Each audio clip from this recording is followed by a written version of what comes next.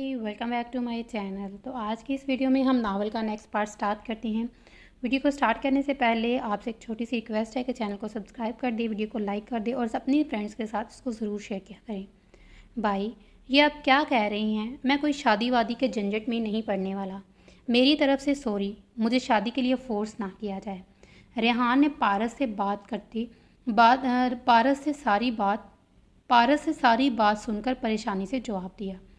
Force force के बच्चे, एक मुक्का मुंह पर पड़ेगा ना तो सारे फोर्स दांतों के साथ बाहर आएंगी।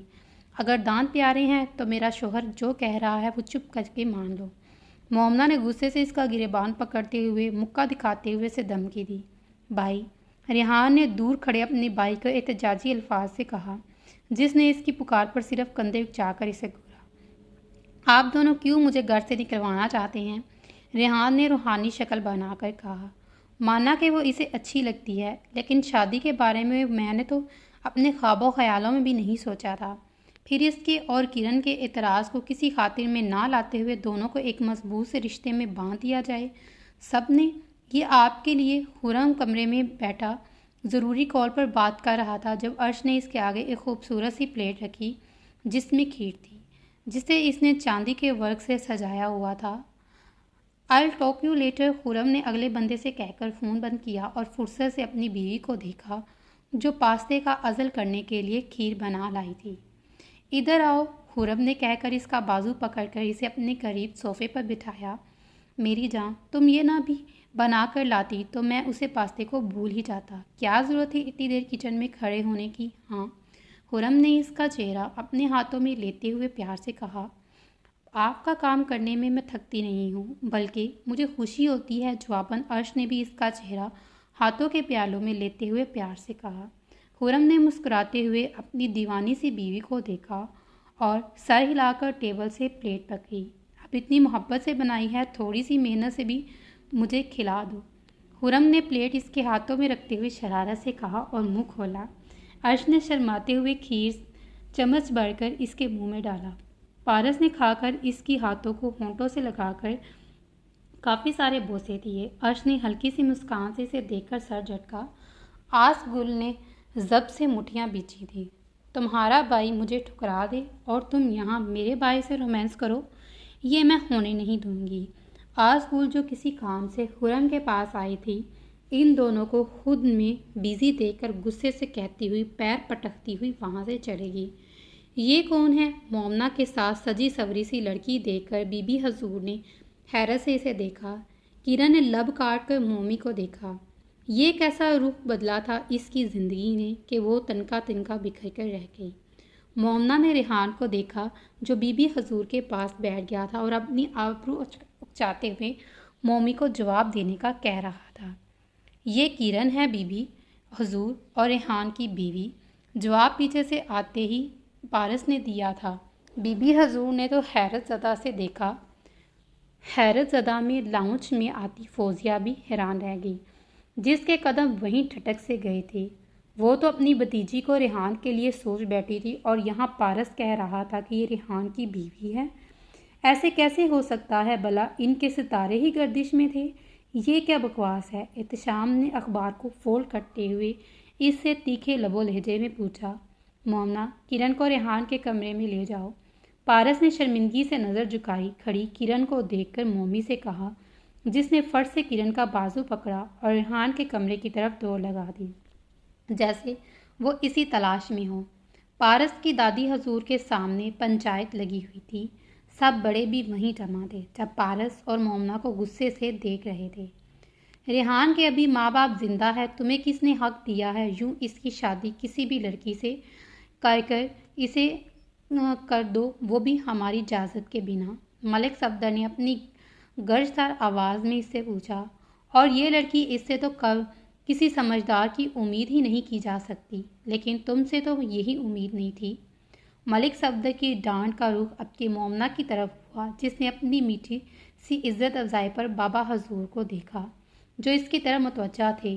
मोमना ने नाक सिकोड़कर मुंह दिखाया।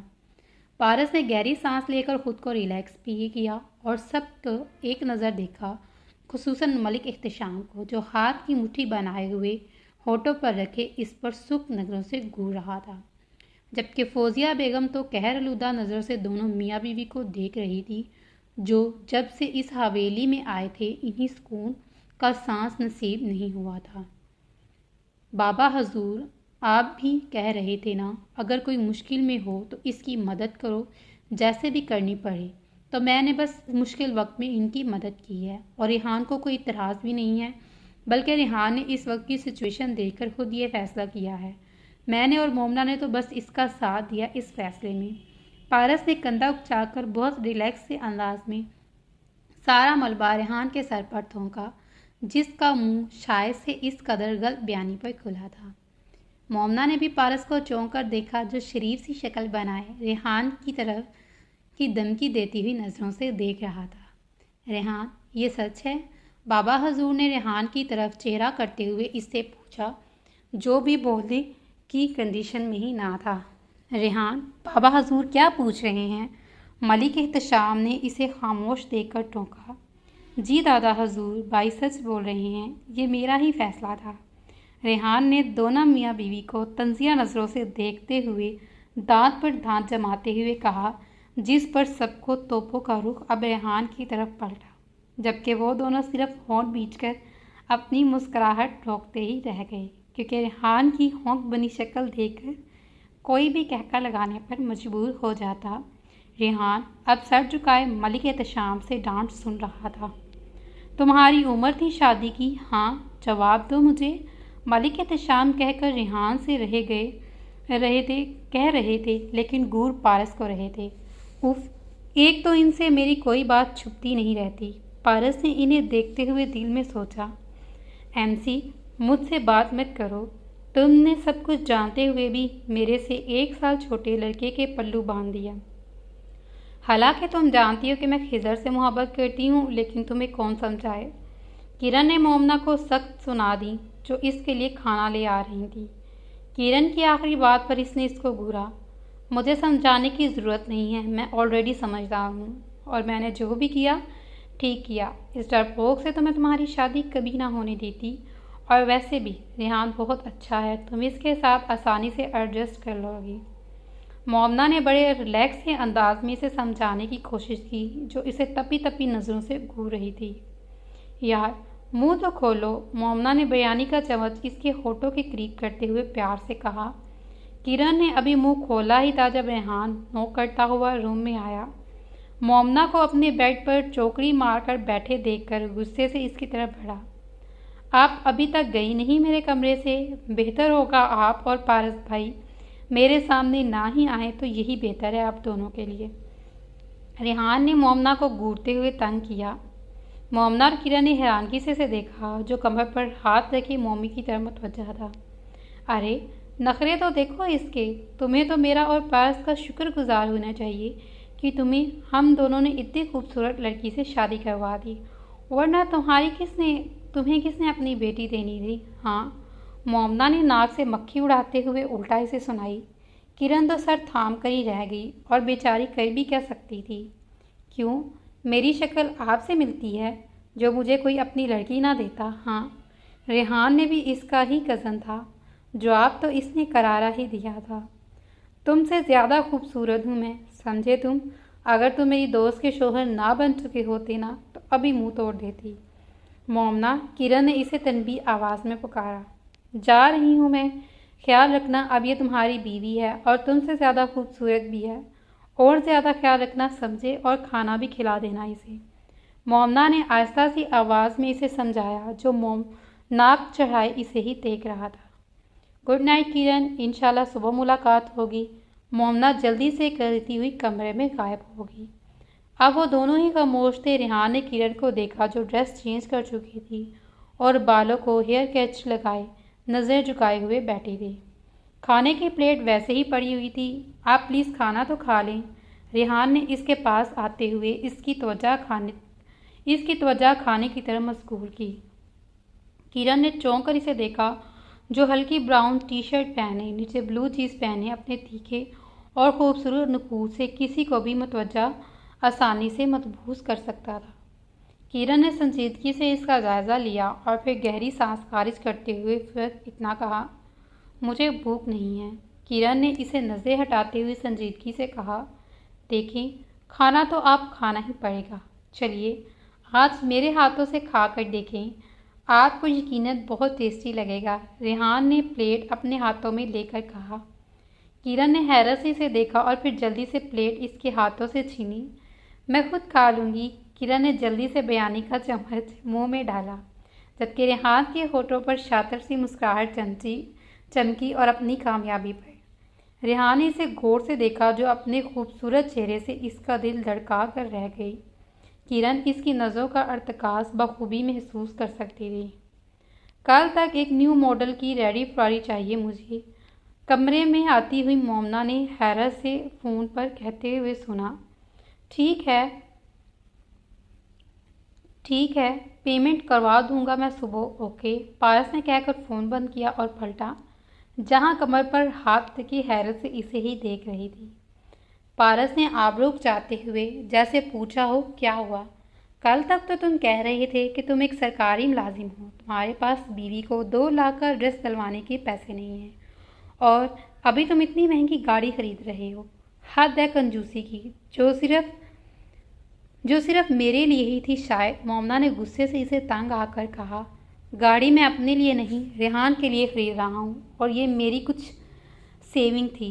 पारस ने इसे गौर से अपने दिलाए हुए ड्रेस में देखकर संजीदगी से कहा, मतलब रेहान को करोड़ों की गाड़ी खरीद कर दिला सकते हो और मेरे लिए 4-5 लाख का ड्रेस नहीं खरीद सकते?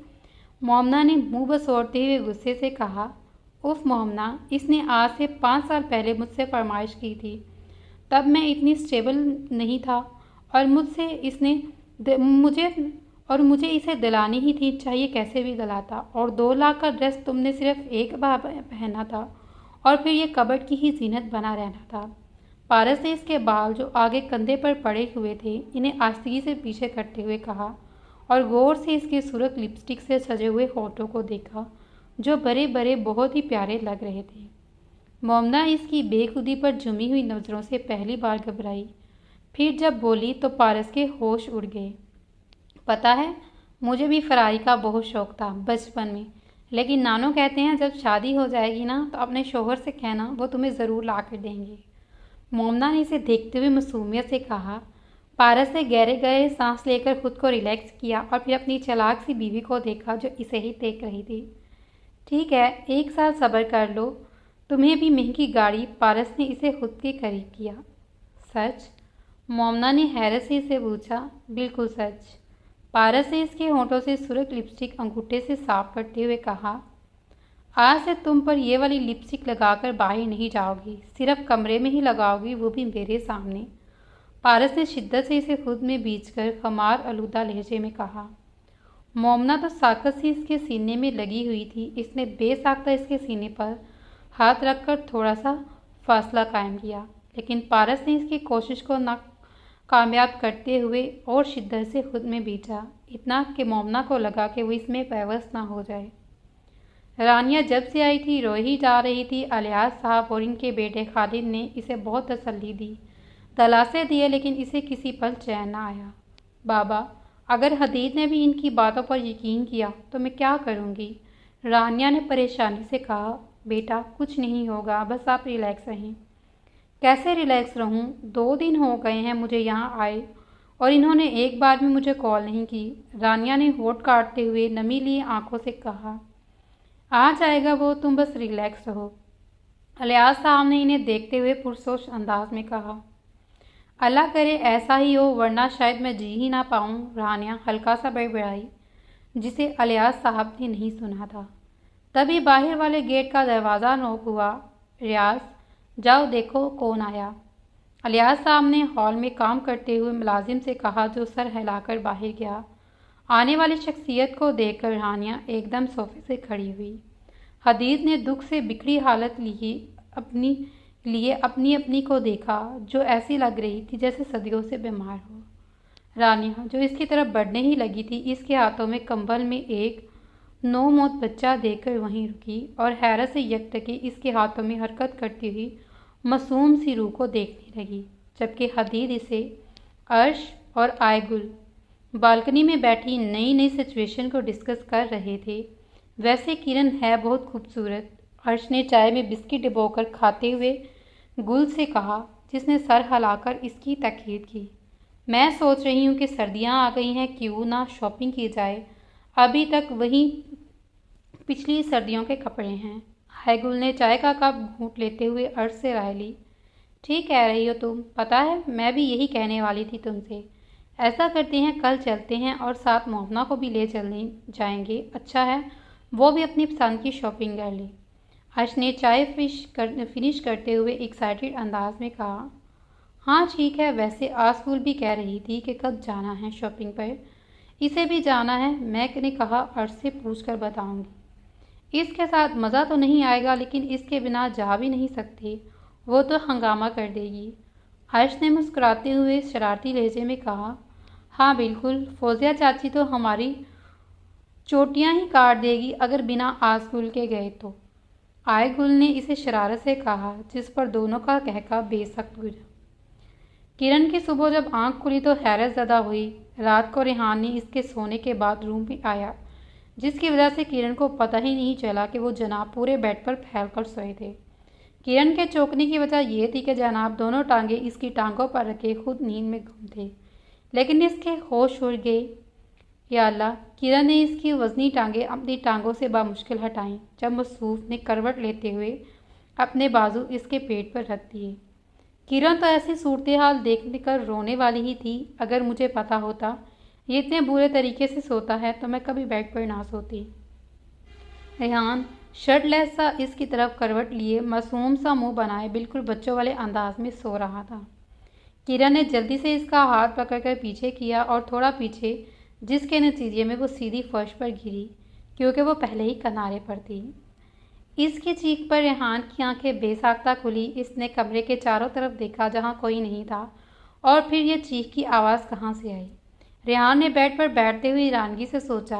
आह की आवाज़ पर चौंक कर बेड की साइड की तरफ खिसकर देखा, जहां किरण फर्श पर टांगे सीधी किए कमर पर हाथ रखे करा रही थी। बेड ऊंचा था और नीचे कोई मैट भी नहीं था, तो इसे ज़ोर से गिरने पर कमर में दर्द था। आप नीचे क्यों लेटी हैं और ये आप करा क्यों रही हैं? रेहान ने इसे नीचे देखकर कहा। मुझे शौक है नीचे गिरने का और कराने का, किरण ने उठकर बैठते हुए तंजिया लहजे में कहा। और आप क्या नीचे गिर गई थी? रेहान इसे देखते हुए वह सो से कहा और फिर बेड से उतरकर इसकी तरफ आया और इसकी तरफ हाथ बढ़ाया। किरण ने 1-2 मिनट तो इसकी तरफ बढ़ते हुए हाथ को देखा और फिर आहिस्ता से इसके हाथ पर अपना हाथ रखा। रेहान ने आहिस्तगी से इसे फर्श से उठाया। किरण ने जल्दी से इसके हाथ से अपना हाथ खींचा, जो फौरन इसे देख रहा था, और मजबूती से इसका हाथ अपने हाथों में कैद किए खड़ा इन्हीं पर नजरें जमाए हुए था। हाथ छोड़ो मेरा, किरण ने इसकी नज़रों से पजल होते हुए आहिस्तगी से कहा, लेकिन गुस्से से। रेहान ने जिद करती मुस्कान से इसका हाथ दबाते हुए छोड़ दिया। किरण जल्दी से इसे नज़र चुराते हुए वॉशरूम में भागी। पीछे वो शरारती सी मुस्कान वॉशरूम के दरवाजे को देखते हुए दे रहा था। पारस, क्या कर रहे हो? छोड़ो मुझे, सांस बंद हो जाएगा मेरा। मोमना ने घबराते हुए लहजे में इसे खुद से दूर करते हुए कहा। इतने से ही घबरा गई, अभी तो तुमने मेरी शिद्दत देखी ही नहीं। पारस ने इसे अलग करते हुए धीमे से और गंभीर आवाज़ में कहा। मोमना ने दंग नज़रों से इसे देखा, जो आंखों में शिद्दत लिए इसका दिल जोरों से धड़का गया था। मोमना, ऐसी ड्रेसिंग किया करो, ये तुम पर बहुत सूट करती है। पारस गंभीर आवाज़ में कहकर टावल पकड़ता हुआ वॉशरूम में चला गया। पीछे वो इसी हालत में खड़ी वॉशरूम के बंद दरवाजे को देख रही थी। दिल अभी अभी अपनी जगह पर नहीं था। इसने बेसाख्ता दिल पर हाथ रखा, होंठ बीच कर मिरर में अपना अक्स देखा, जहाँ मुकम्मल ड्रेसिंग किए डिफरेंट सी लग रही थी। मोमना ने फिर वॉशरूम के बंद दरवाजे को देखा। तभी वो शावर लेकर बाहर आया और बिना शर्ट के। मोमना ने बेसाख्ता इससे नज़रें फेरी। पारस मुस्कुराया था अपनी बीवी का सुर्ख चेहरा देखकर। मोमना, स्पेशल अपने हाथ की कॉफ़ी तो बना कर लाओ।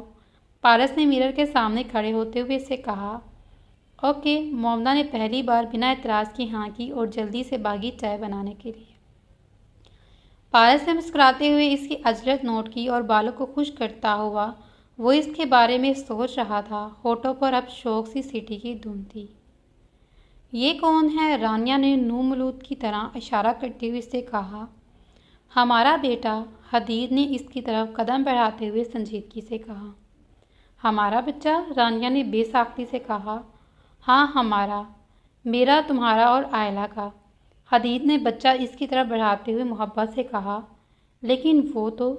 रानिया से बात कंप्लीट ही नहीं हुई और बच्चे को जन्म देकर वो हमेशा के लिए आंखें मूंद गई थी। डॉक्टर का कहना है कि आयला का ज़्यादा खून बह गया था, जिसकी वजह से वो रिकवर नहीं कर पाई। हदीद ने अफसुर्दगी से इसे देखते हुए कहा। क्या? रानिया की आंखें बेसाख्ता नम हुई थी आयला की वफ़ात पर, इस मासूम से बच्चे पर जिसकी माँ इसे देख भी ना सकी। रानिया ने इसके हाथों से छोटे से प्यारे से बच्चे को लिया जिसके नन्हे से नकूश बिल्कुल अपने बाप पर गए थे। हदीद, मैं कसम खाती हूँ आयला को मैंने नहीं गिराया था, मैं तो बाद में आई थी। रानिया ने जल्दी से अपनी सफाई पेश की, वो भी सबकी तरह इन्हें गलत ही ना समझ ले। रानिया, मुझे खुद से ज़्यादा तुम पर यकीन है और रहेगा। मैं जानता हूँ कि मेरी रानिया ऐसा करना तो दूर की बात है, सोच भी नहीं सकती।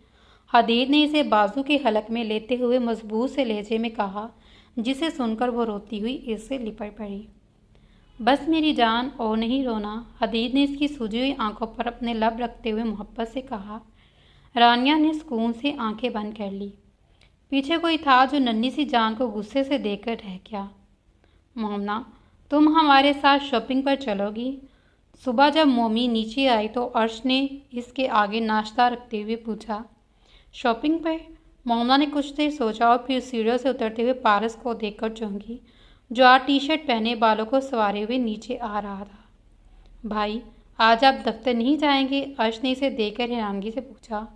जाऊंगा, लेकिन लेट। पारस ने मोमी की तरह के साथ वाली चेयर पर बैठते हुए अर्श को जवाब दिया। भाई, क्या खाएंगे आप? अर्श ने मोहब्बत से अपने खूबसूरत से भाई को देखते हुए नरमी से कहा। चाय और हाफ फ्राई आमलेट ले आओ गुड़िया, पारस ने भी जवाबन मोहब्बत से कहा। मैं अर्श वगैरह के साथ शॉपिंग पर चले जाऊं? मोमना ने पराठे का नवाला मुंह में डालते हुए कहा, जिसने हैरत से इसे देखा। मोमना, तुम ठीक तो हो ना? पारस ने इसका हाथ थामते हुए कहा। मैं तो बिल्कुल ठीक हूँ, मोमना ने इसे जवाब दिया और पराठे का नवाला इसके मुंह में डाला। तुम जानती हो ना मुझे पराठा नहीं पसंद, पारस ने ज़बरदस्ती नवाला निकलते हुए इसे अगूरा। मोटे नहीं हो जाओगे अगर एक दिन पराठा खा भी लोगे।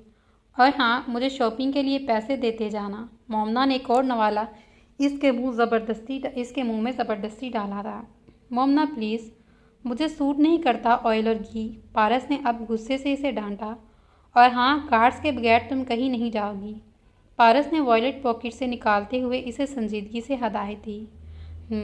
मोमना ने चाय पीते हुए सर हिलाया और इसे देखने लगा जो अर्श का रखा हुआ नाश्ता बड़ी तवज्जो से खा रहा था। पता नहीं ये मुझे इतना प्यारा क्यों लगने लगा है, मोमना ने इसे देखते हुए परेशानी से सोचा। पारस हल्का सा मुस्कुराया इसकी महवियत पर। अर्श मुलाजमा के साथ मिलकर डाइनिंग टेबल से बर्तन उठा रही थी जब खुरम सीढ़ियाँ उतरते हुए नीचे आया। अर्श, खुरम ने डाइनिंग हॉल में आते ही इसे पुकारा। जी।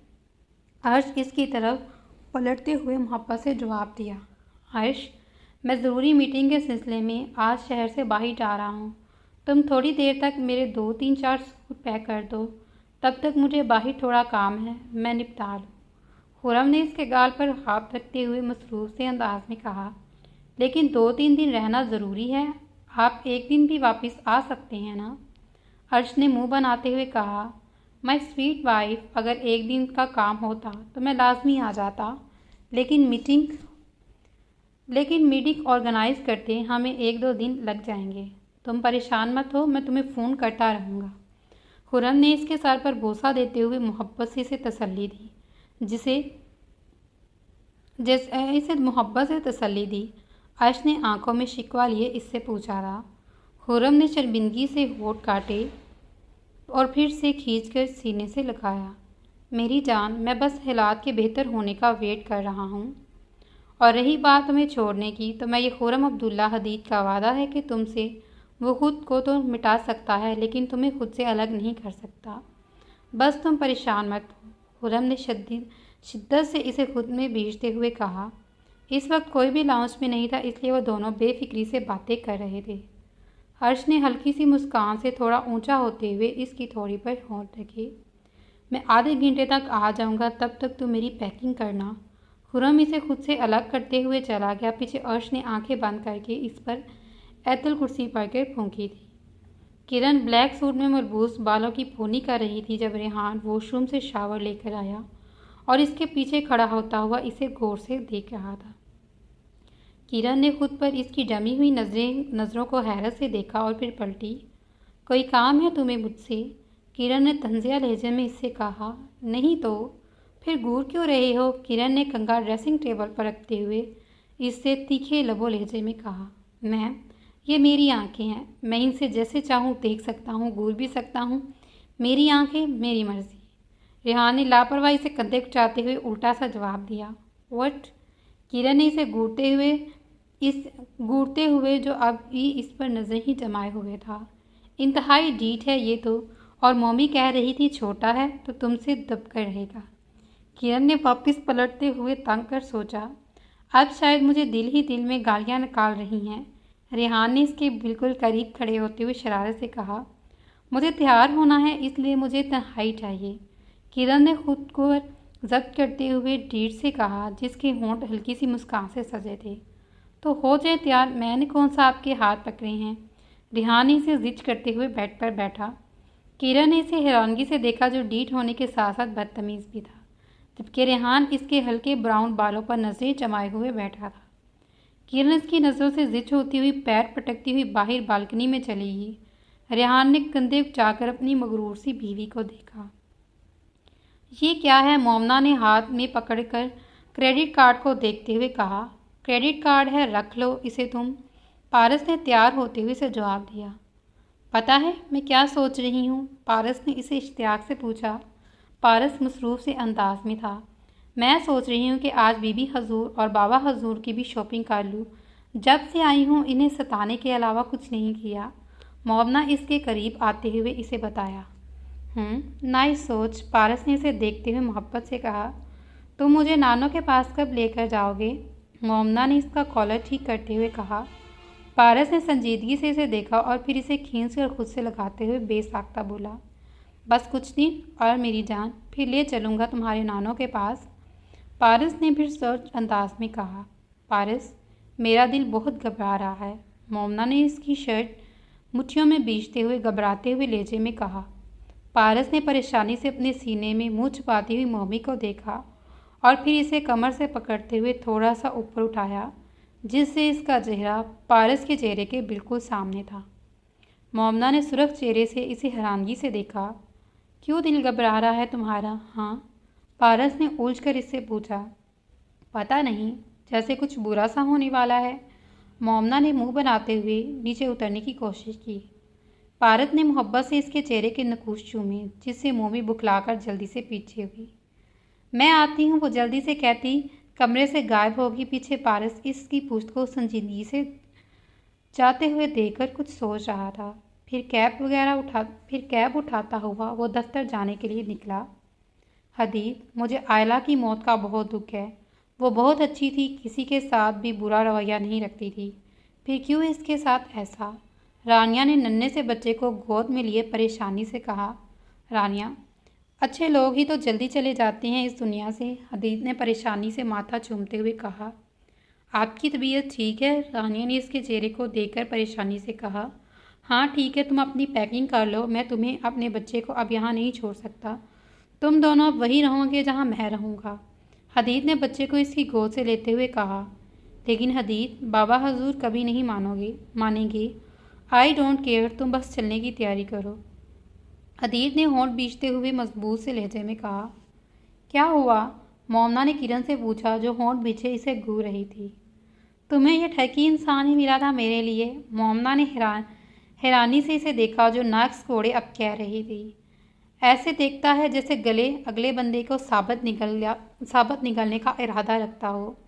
हद है ठरकीपन की भी। किरण ने गुस्से से इसे घूरा। यार, वो तुम्हारा शोहर है, अब तुम्हें नहीं देखेगा तो क्या मोहल्ले की आंटी को देखेगा? और वैसे भी बहुत शरीफ बच्चा है। मोमना ने नाक से मक्खी उड़ाते हुए कहा। किरण ने अचंभे से इसे देखा। मैं कुछ नहीं जानती हूँ, इसे वार्निंग दो, मुझे ऐसी नज़रों से ना देखो। तुम जानती हो मुझे ताड़ू किस्म के लड़के नहीं पसंद। किरण ने टांग पर टांग रखते हुए इसे कहा। मोमना ने परेशानी से अपना लड़ाका फ्रेंड को देखा। मेरे ख्याल में यहाँ मेरा ही जिक्र हो रहा है और यकीनन अच्छे अल्फाज में ही हो रहा होगा। I am right? रेहान ने बालकनी आते ही मासूमियत से दोनों से कहा। किरण ने इसे देखकर मम्मी को देखा जो होठों पर तंजिया मुस्कुराहट सजाए अपनी कज़न को देख रही थी। हाँ जी, बहुत अच्छे तरीके में तुम्हारी बीवी तुम्हें याद कर रही है। मोमना ने रेहान के हाथ से एप्पल छीनते हुए संजीदगी से कहा। रेहान ने एप्पल के छीन जाने पर सदमे से अपनी भाभी को देखा जो मसनूई सी मुस्कान होंठों पे लिए इसे देख रही थी।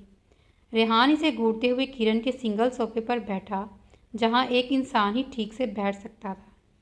किरण ने बुखलाते हुए अपने साथ जुड़कर बैठते हुए रेहान को देखा। मोमना ने एप्पल की बाइट लेते हुए निहाल होती नज़रों से अपनी मासूम सी कज़न को देखा जो बहुत आसानी से किरण को खिजर के प्यार के जाल से निकाल सकता था। तुम दूसरे सोफे पर बैठो, किरण ने दूसरे सोफे की तरफ इशारा करते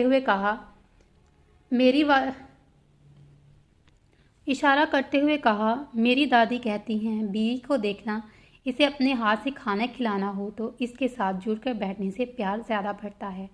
मैं तो बस अपनी दादी की बातों को फॉलो करता हूँ। रेहान ने अपने मतलब की बात इसे समझाई। किरण ने हैरत से इसे देखने के बाद मम्मी को देखा जो खूबसूरती से जोड़े को देखने में खड़ी हुई थी। हाँ किरण, रेहान सच कह रहा है। बीबी हजूर मुझे भी ये सारी बातें समझाती हैं। तुम्हें भी इन्हें फॉलो करना चाहिए रेहान की तरह, मोमना शरारत से कहती हुई चली बनी। पीछे रेहान पहली बार मम्मी को अपनी साइड लेते हुए देखकर खुश हुआ था और किरण को सदमा पहुंचा था मम्मी की बातों से। किरण ने उठना चाहा तब रेहान ने सोफे की दूसरी साइड पर हाथ रखकर इसे हुद में कैद किया। इसे मज़ा आता था किरण को छेड़ने में, इसका गुस्से से सुर्ख होता चेहरा देखने में। तुम्हें शर्म नहीं आती इस तरह की बेहुदा हरकत करते हुए? पहले अपनी उम्र देखो। किरण ने इसे खुद से दूर करने की कोशिश करते हुए गुस्से से कहा। लेकिन आती है, लेकिन पता नहीं क्यों आज से मुझे ऐसी वैसी हरकतें करने से बिल्कुल नहीं आती। रेहान ने इसके चेहरे पर झुकते हुए मासूमियत से कहा जबकि किरण ने बुखलाकर इसे देखा जो इसके हल्के ब्राउन बालों को हाथ में लिए किरण के गुस्से से तपाते हुए चेहरे को हल्की से शरारती मुस्कान से देख रहा था। मोमना के साथ लीजिएगा क्या ज़रूरत थी? मोमना के साथ ले जाने की क्या ज़रूरत थी? आजकुल ने गाड़ी में बैठते हुए सामने से आती हुई ब्लैक पैंट पहने बालों की ऊंची सी पोनी बनाई मम्मी को देखकर गुस्से से कहा। गुल से बाज बरस की थी। क्यों, तुम्हें इसके साथ कोई मसला है? वो अपने पैरों पर ही जा रही है, तुम अपने पैरों पर, तो तुम्हें क्या मसला है इससे? आयगुल ने भी मुंह बनाते हुए आज को सुनाई जिसने घूर कर आयगुल को देखा। तुम्हारी जुबान कुछ ज़्यादा ही नहीं चलने लगी? आजकुल ने इसे देखते हुए गुस्से से कहा जिससे इसकी बात पर झिड़क रही हो। और फिर अर्श और मम्मी को देखा जो गाड़ी में सवार हो रही थी। अर्श इन दोनों के साथ पीछे जबकि मम्मी आगे ड्राइवर के साथ बैठी थी। पीछे दो गाड़ियां सिक्योरिटी गार्ड की भी इनके पीछे ही थी जिन्हें पारस ने सख्ती से हदायत देकर गया था। अर्श, ये चादर कैसी है? मोमना ने इसे एक हाफ वाइट ब्लैक कढ़ाई वाली चादर लेते हुए कहा। वाह, बहुत प्यारी है, तुम अपने लिए लोगी? अर्श ने हैरत से इससे पूछा। नहीं यार, बीबी हजूर के लिए, मम्मी ने पलटकर इसे जवाब दिया। वो जीन्स वैरायटी की तरफ बढ़ी थी जहाँ पर पहले से ही आजकुल शर्ट देख रही थी ख़याम के लिए। आजकुल ने हैरत से अपने जीन्स वैरायटी को देखते हुए कहा, भाई वो वाला कुर्ता दिखाएं। इसने दूर डमी पर लटका हुआ कुर्ते की तरफ इशारा किया जो ब्लैक रंग का नहायत ही नफीस सा कुर्ता था। कहो कि ब्लैक रंग सिर्फ और सिर्फ पारस पर अच्छा लगता है। किसी ने धमकी देती हुई निगाहों से इसे वार्निंग देते हुए बावे करवाया। एक बात गज से अपने इर्द गिर्द सुनाई दी जो इसके चेहरे पर मुस्कुराहट लाने के लिए काफ़ी था। भाई, ये कुर्ता पैक करें। मोमना ने सेल्समैन में को कुर्ता पकड़ाते हुए इसे ऑर्डर दिया और फिर को घूरती हुई आस्कुल को देखा जो इसे स्पार्स नज़रों से देख रही थी। मोमना ने जवाबन फुल स्माइल करते हुए इसे चढ़ाया जो पैर चटकती हुई शॉप से बाहर चली गई। मोमना ने सेल्समैन से शॉपर पकड़ा और अर्श की तरफ आई। अर्श, क्या मुझ पर कमीज शलवार सूट करेगी? मोमना ने झिझकते हुए पूछा। अर्श ने इसे मायूस नज़रों से देखकर मुस्कुराहट दबाई। तुम जो भी पहनोगी तुम पर बहुत सूट करेगा। अर्श ने इसकी मासूम से चेहरे को हाथों के प्याले से लेते हुए मोहब्बत से कहा। सच्ची? मोमना ने कन्फर्म किया। सच्ची। अर्श ने इसकी पेशानी पर बोसा देते हुए कहा। तुम्हें पता है मैंने बाबा हजूर के लिए क्या लिया? मोमना ने इससे एक्साइटेड के लहजे में कहा। क्या लिया है? जवाबन अर्श ने भी इससे एक्साइटेड से लहजे में पूछा। ये ली है मैंने। मोमना ने एक रिंग दिखाई जो हल्के फ्रोज़ी कलर के नगीने से सजी हुई थी। वाह यार, मुझे नहीं पता था कि हमारी मम्मी की पसंद इतनी शानदार है। जवाबन खुलकर मुस्कुराई। अच्छा तुम यही रुको, मैंने एक दो पर्सनल चीज़ें लेनी हैं। 10 मिनट तक आ जाऊंगी मैं। ओके? अर्श ने मसरूफ़ से अंदाज में कहा। ओके तुम जाओ, मैं तब तक अपने शोहर का थोड़ा सा पैसा बर्बाद कर लूँ, मोमना ने शरारत से कहा, जबकि अर्श मुस्कुराते हुए सामने वाली शॉप में चलेगी। पारस दफ्तर में बैठा पेंसिल को हाथों में घुमाते हुए किसी गहरी सोच में था जब असलम इजाज़त लेता हुआ कमरे में आया। सर, मिस्टर बाजवा के घर जाना था आपको आज चोरी के सिलसिले में। असलम ने इसे याद लाया जो कब से किसी गहरी सोच में था। हाँ, थोड़ी देर में चलते हैं। ओके सर, असलम कहकर चला गया। मोमना, तुमने तो मुझे आधा घंटा पागल ही कर दिया। पारस, तुमने मुझे आधा पागल ही कर दिया है। पारस ने मोमना से गायबाना शिकवा किया। पता नहीं दिल इतना परेशान क्यों है आज? पारस ने माथा मसलते हुए परेशानी से पूछा और फिर मोबाइल उठाते हुए मोमना के नंबर पर बेल मारी। ये फ़ोन क्यों नहीं उठा रही? पारस चेयर से खड़ा होता हुआ बड़बड़ाया। आपको बाहर आपके हस्बैंड पारस अब्दुल्ला बुला रहे हैं, इधर पार्किंग की दूसरी साइड पर। मोमना जो बोर हो रही थी इधर उधर बेध्यानी में देख रही थी, एक काले से छोटे से कद के आदमी को खुद को मुखातिब करने पर चौंकी। कौन हो तुम? और मेरे शोहर तुम्हें क्यों कहकर गए कि मुझे बुलाने को? मोमना ने तंग आकर पूछा। जी आप शायद मुझे नहीं जानती, इनकी डिपार्टमेंट में ही होता हूँ, इस आदमी ने खुद को डिफेंस करते हुए कहा। लेकिन मुझे भी तो कॉल कर सकते थे ना। जी इनके फ़ोन की बैटरी लो है, इस आदमी ने कहा। कहाँ, किस साइड पर? मोमना ने बाहर की तरफ कदम बढ़ाते हुए कहा। जी मेरे साथ आए, वो कहकर आगे बढ़ा। पीछे पीछे मोमना भी बढ़ी। यहाँ तो कोई नहीं है, मोमना ने इसकी तरफ पलटते हुए हैरानगी से कहा। जवाबन इस आदमी ने हल्की सी मुस्कान से जेब से पिस्टल निकाला और हैरान खड़ी मम्मी पर ताना। चुपचाप मेरे साथ चलो वरना गोली है तुम्हारी खोपड़ी उड़ा दूंगा। मोमना एक ही पल में सारा मामला समझ गई। तो तुम मुझसे झूठ बोलकर लाए हो मुझे यहाँ? मेरे साथ चलो चुपचाप वरना गोली मार दूंगा। वो जो अभी बोलने ही लगा था, मोमना ने इसकी बात बीच में काटते हुए खुद बात कंप्लीट की। इस बात में हैरानगी से इसे देखा जो होठों पर तंसिया मुस्कुराहट जाए इसे ही देख रही थी। मोमना ने जल्दी से सामान नीचे फेंका और खींचकर टांग इसकी पेट में मारी। वो दूर कराता हुआ गिरा। मोमना ने इसकी महवियत का फ़ायदा उठाया था। मोमना, पारस अब्दुल्ला नाम है मेरा। तुम जैसे लोगों को अगर पिस्टल पकड़कर मुझे डराने लगे तो क्या फ़ायदा मेरा मोमना दी ब्लैक बेल्ट होने का? हाँ?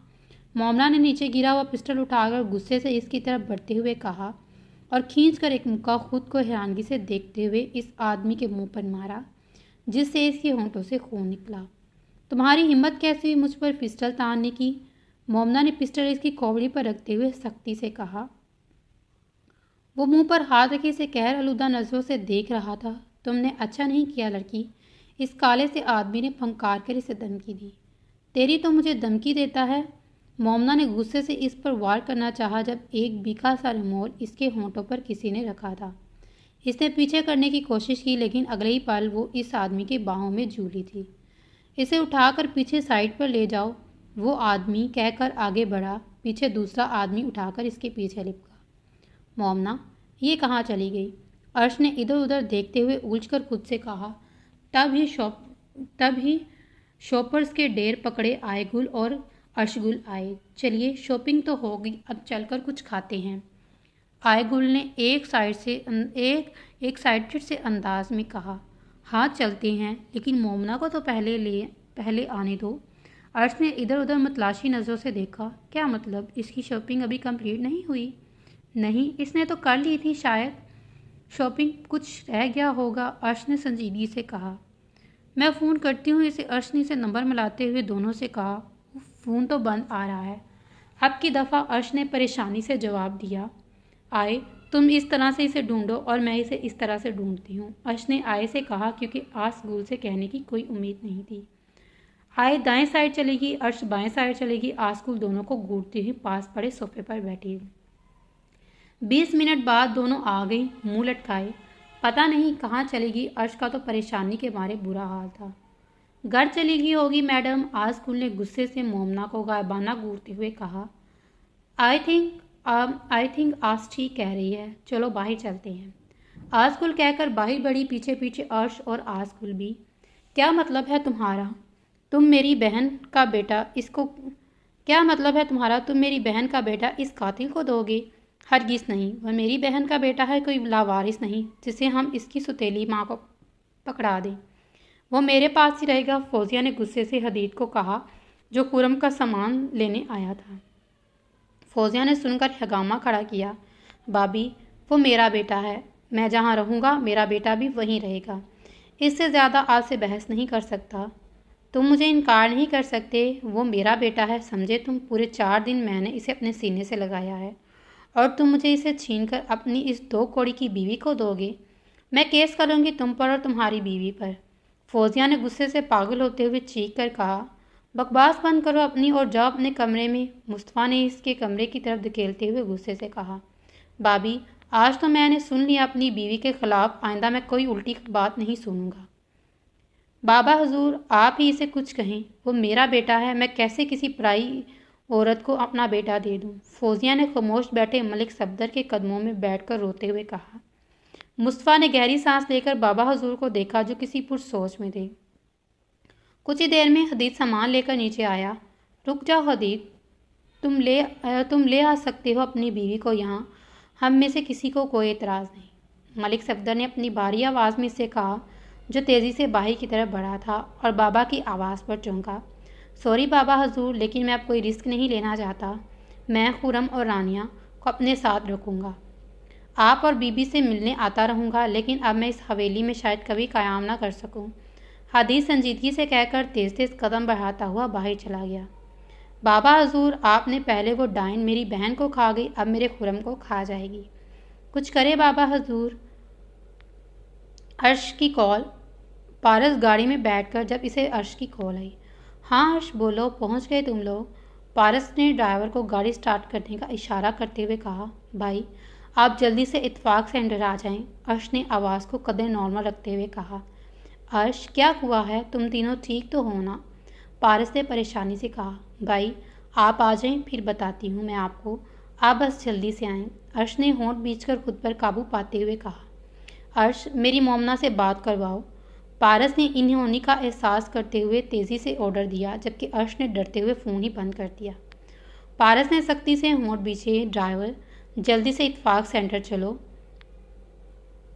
पारस ने धक धक करते दिल से ड्राइवर को सख्ती से ऑर्डर दिया। लेकिन सर, हम तो मिस्टर बाजवा। क्या कहा मैंने, सुनाई नहीं देता तुम्हें? पारस ने इसकी बात कंप्लीट होने से पहले ही गिरेबान से पकड़ लिया। सॉरी सर, माफ़ कर दें। ड्राइवर ने जल्दी से आप छुड़वाते हुए गाड़ी फुल स्पीड में मार्केट की तरफ दौड़ा दी। पारस होंठों पर बंद मुट्ठी रखे एतराज़ से पाँव हिला रहा था जब ड्राइवर ने मार्केट के सामने गाड़ी रोकी। सर, आ गए हम। ड्राइवर ने डरते डरते इसे मुखातिब किया। पारस ने चौंकर मॉल को देखा और बिजली सी रफ्तार से अंदर भागा, जहाँ पहले ही अर्श, आसगुल, आयगुल और बॉडीगार्ड्स खड़े थे। कहाँ है मोमना? पारस ने इसके पास आते हुए भारी आवाज़ में पूछा और फिर मतलाशी नज़रों से इधर उधर। भाई, हम लोग शॉपिंग कर रहे थे जब अर्श, मैंने क्या पूछा कि मोमना कहाँ है? पारस ने इसे कंधों से थामते हुए एक एक लफ्ज़ चबाकर कहा। भाई, पता नहीं वो कहाँ चलेगी, हमने सारी शॉपिंग मॉल भी छान लिया, गार्ड का भी कहना है कि वो बाहर नहीं गई। अर्श ने आंसू से रोते हुए डरते डरते सारी बात सुनाई। पारस एक झटके से पीछे हुआ, फिर स्पार सी नज़रों से गार्ड्स को देखा, जो थर थर कांपते हुए परेशानी से देख रहे थे। पारस धीमे से चलता हुआ इन चारों के पास आया। तुम लोगों को सुबह मैंने क्या कहा था? पारस ने ठंडे लहजे में कहा, जिससे इनकी रीढ़ की हड्डी तक सनसनाहट फैली। क्या कहा था मैंने तुम लोगों को? पारस इतना ऊंचा बोला कि आस पास के कई लोगों ने बेसाख्ता इसे अपने काम टाँपे थे। सर, मैम ने कहा था कि हम बाहर ही रहें, अगर हम इनके पीछे आए तो वो मुक्का मारकर हमारे दांत तोड़ देंगी। डरते डरते एक गार्ड ने सफाई पेश की। ओह, तो तुम लोग यहाँ अपने दांत बचाकर खड़े हो। वहाँ मेरी बीवी गायब होगी और तुम लोगों की वजह से। आधे घंटे के अंदर अंदर मुझे मेरी बीवी चाहिए, वरना तुम लोगों के दांत सलामत नहीं रहेंगे और ना ही हाथ पाँव। पारस ने तेज़ और भारी आवाज़ में इन्हें वार्निंग देकर कहा, जिसको सुनकर वो कांप गए। दफ़ा हो जाओ यहाँ से और ढूंढो मेरी बीवी को। पारस के पास एक पारस ने एक ही थप्पड़ एक थप्पड़ लाइन में खड़े हुए इन गार्ड्स को मारा, जो जल्दी से ज़मीन से उठते हुए भागे, जबकि वो तीनों मुंह पर हाथ रखे इसको शिद्दत को महसूस करते हुए दंग थी, खास करके आसकुल जो सुरख आंखों से इसकी तरफ दीवानगी से देख रही थी। असलम, फ़ौरन नफरी लेकर इत्तफाक मार्केट पहुंचो। 10 मिनट में तुम लोग मुझे यहाँ चाहिए। पारस फ़ोन बंद करता उनकी तरफ आया। तुम तीनों घर जाओ। शहबाज, इन्हें घर छोड़ दो। पर भाई, हम मोमना के बगैर कैसे? अर्श ने उंगलियों से आंसू साफ करते हुए इसे बेबसी से कहा। जो कह रहा हूँ वो करो, जल्दी से घर जाओ। पारस ने जल्दी से गाड़ी का दरवाज़ा खोलकर अर्श को अंदर बिठाया। पीछे वो दोनों इससे डरते हुए गाड़ी में सवार हो गई। हदीद, क्या क्या अब हम यहीं रहेंगे? रानिया ने परेशानी से इतने बड़े घर को देखा। आज से हम तीनों यहीं रहेंगे।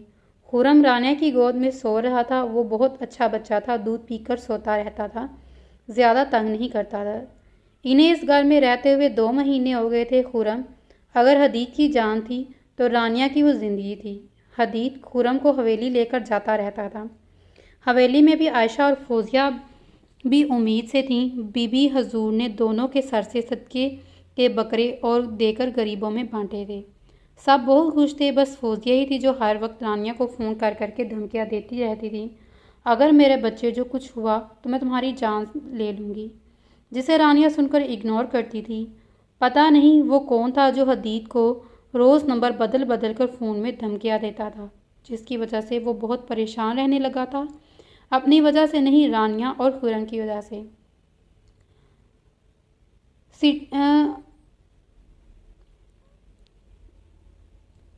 तो चलिए फ्रेंड्स, इस नावल को हम यहाँ पे ख़त्म कर देते हैं। काफ़ी लेंथी हो चुका है।